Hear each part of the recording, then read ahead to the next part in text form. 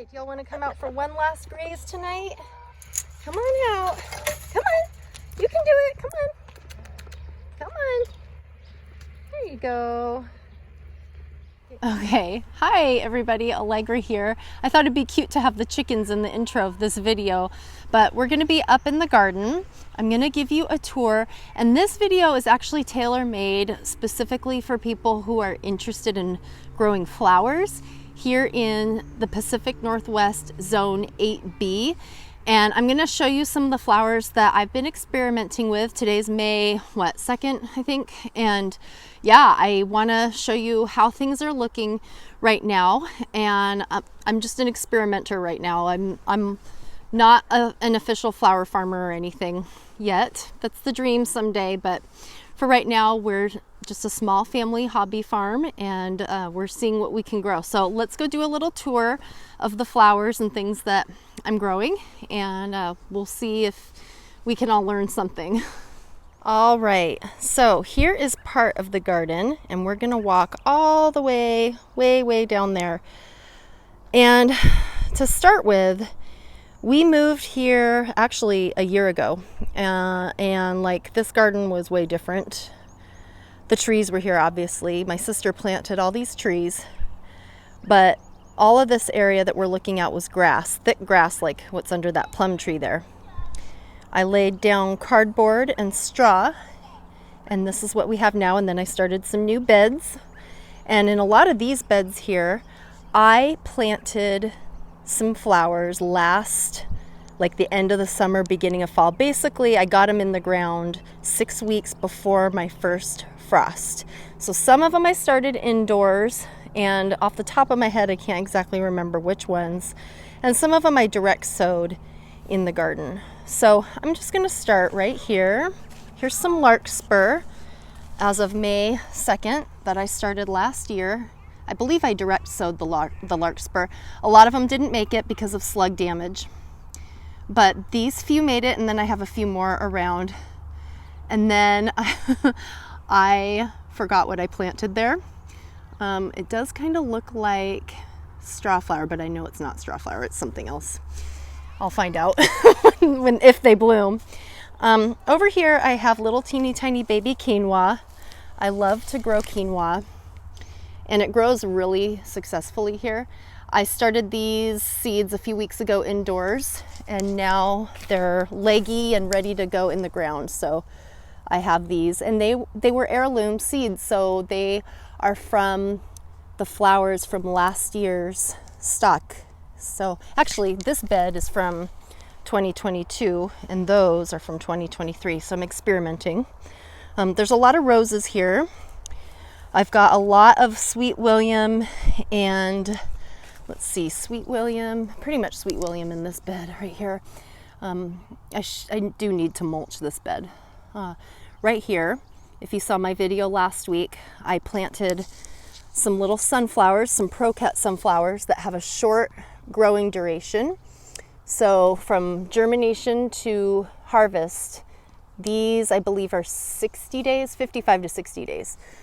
And they're doing really well. And what I do right now is keep the Agribon over them at night, just to give them a little tiny extra heat, just a tiny bit.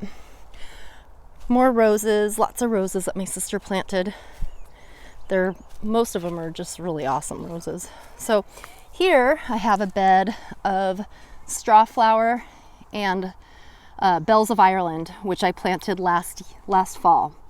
So they overwintered. Up here in Zone 8B, we're very fortunate. We have a lot of flowers that we can plant in like the end of the summer, beginning of fall. Like I said, at least 6 weeks before your first frost, so that they're used to they're weathered in, basically. Gosh, I'm losing my train of thought. And I actually have a few little baby Snapdragons. And then there's some other flowers that I winter sowed that are smaller. So like here, for example, these Nigella here, I planted in the fall here, and they overwintered, and look how big and robust they are. They're just amazing. But look at these guys here, these little little guys. I winter sowed these just for an experiment. So you can see the size difference. Here's my hand here, and then here's my hand here. They're Nigella or Love in a Mist, and I'm excited for these because I've never grown them before, and they have some really pretty pods that will add some very interesting dimension to my bouquets.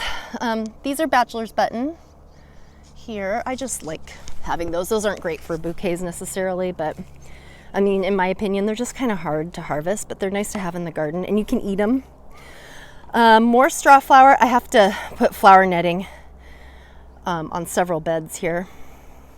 Some sweet peas that actually survived. I got a lot of sweet peas that did not survive. We had a hard freeze that got to 11 degrees. That's hard for us up here, but they didn't survive because I forgot to cover them with Agribon. We got Yarrow here that I winter sowed these. So I started these in like January. Started them indoors, and I had them in little jugs, and I hardened them off and got them in the ground a while ago, probably like 2 months ago maybe.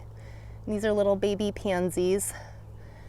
Here's a little pot of more pansies, some dill, and calendula. I have a bunch of calendula that I winter sowed in January. A lot of these, you can't really see too much of this bed. It's going to be like a spiral walkway that it starts here and it goes all the way to about, it will kind of go in there, but I have a lot of flowers. Like here I have Plains Coreopsis little babies. These things get huge, really, really big. And these are the flowers. The Plains Coreopsis are those really cool flowers that you might see on like Instagram or Pinterest or something that you can use like with flower dyeing. You can print them onto fabric and stuff, and they make really pretty flower prints on fabric. Same with the pansies. And then these are black-eyed Susans, which are really beautiful.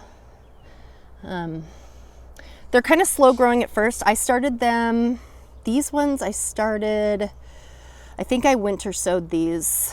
Yeah, I did. I winter sowed these and kept them indoors and then hardened them off as soon as I could, like when it wasn't too cold. Here's some more sweet peas that I started in January. So here, I'll show you my sweet peas that I started last fall. More Plains Coreopsis. These are a lot bigger actually.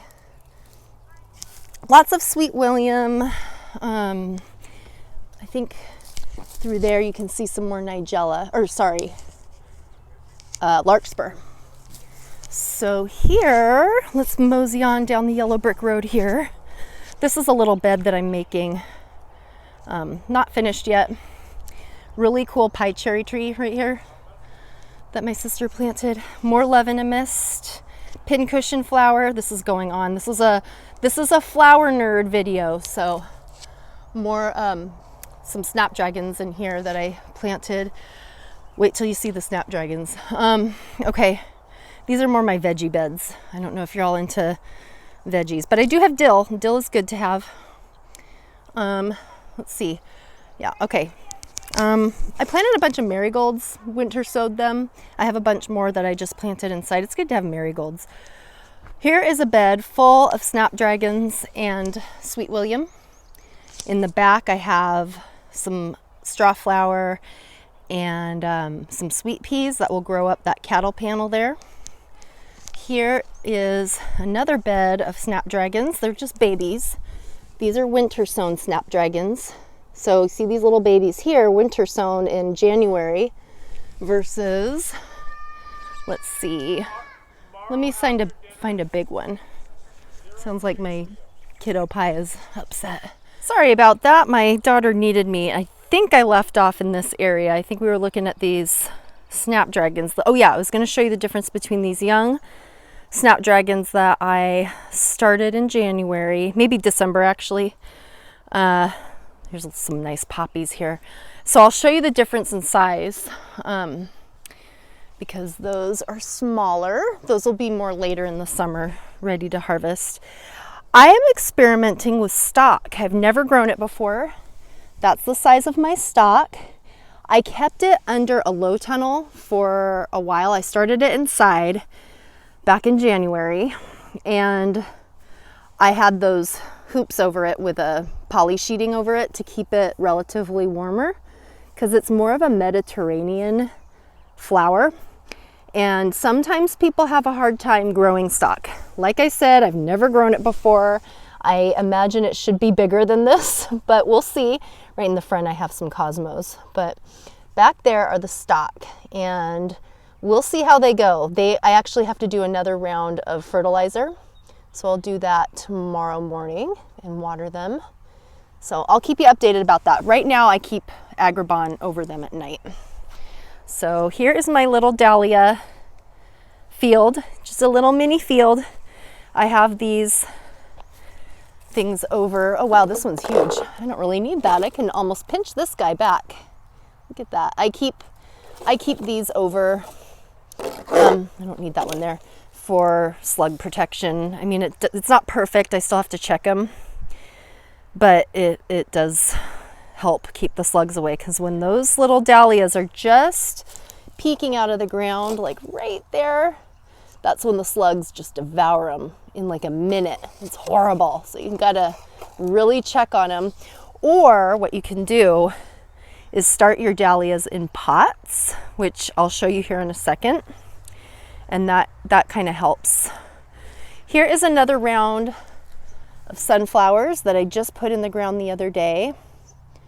And I'm gonna cover those with that Agribon there in just a few minutes after this video. I'm gonna experiment with artichokes.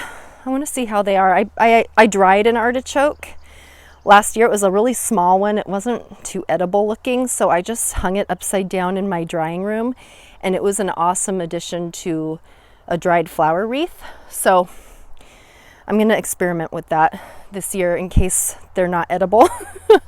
Okay, so here are some bigger Snapdragons. Now this one I did pinch, but I feel like I should pinch it again, but it's getting huge.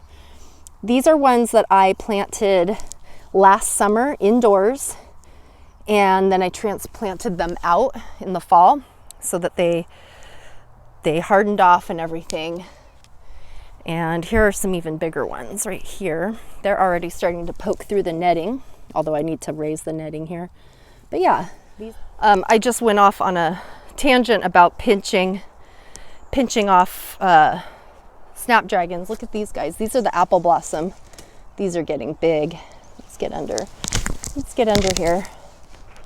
They're getting big. So yeah, I think like professional flower farmers, their Snapdragons are probably way bigger than mine, but you know, just experimenting, you know.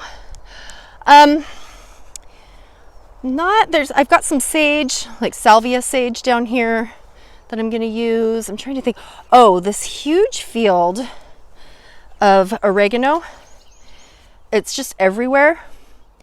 I love to grow these oregano to the point where they just start to flower and their little buds are purple but not opened yet, and that's when I harvest them. I pick them down low and I braid them and incorporate them into little wreaths. So, oh, here, sorry. Anyway, I wanted to tell you about the oregano. These are the sweet peas that I grew last summer. I started them last summer, and they're so amazing. They're just huge. And I had this whole area. I had 3 rows in here, and the only ones that got successfully covered by Agribon were this little tiny part of the row. And they survived the freeze, and everybody else died. So that was a bummer. Note to self, next year cover with Agribon. Okay, that is pretty much it right now. And that's where I have my tomatoes, and soon we'll have some peppers and eggplants. I have a bunch of peppers and eggplants in the house under grow lights right now. I mean, as you can see, we have raspberries and lots of really, really wonderful fruit trees. Asian pears, lots of apples, more pears. I got a peach tree down here that my sister planted, and it grows really awesome peaches. We'll be growing peas up this, but you get the idea. There's a lot. We have lots of perennials. I mean, over there, you can see some white lilacs, and there's more lilacs and perennials. So maybe I'll do a different garden tour. This place is huge. What else could I say? Let's walk back here. I think that's it. I'll just end the video here. It was, what I should say is this was a more broad tour, but if you have any questions about any specific flower that I have grown or will grow, please let me know. Leave a comment. I am not a big flower farm. I'm just a small little lady here, and I would be happy to answer your questions to help you out. If I can, you know, I'll do my best. I'm learning too, but I've had some success and I think I can help. So yeah, thanks for joining along with the flower tour. Lots of cool flowers. As I mentioned in a few videos past, I got a lot of this information from the Cool Flowers book by Mason Ziegler. She's been really helpful in that regard. So I'll link her information below, or at least that book or something. So you all have a wonderful day. Happy gardening, and I will see you in the next video. Bye-bye. No, I mean, you'll see me in the next video.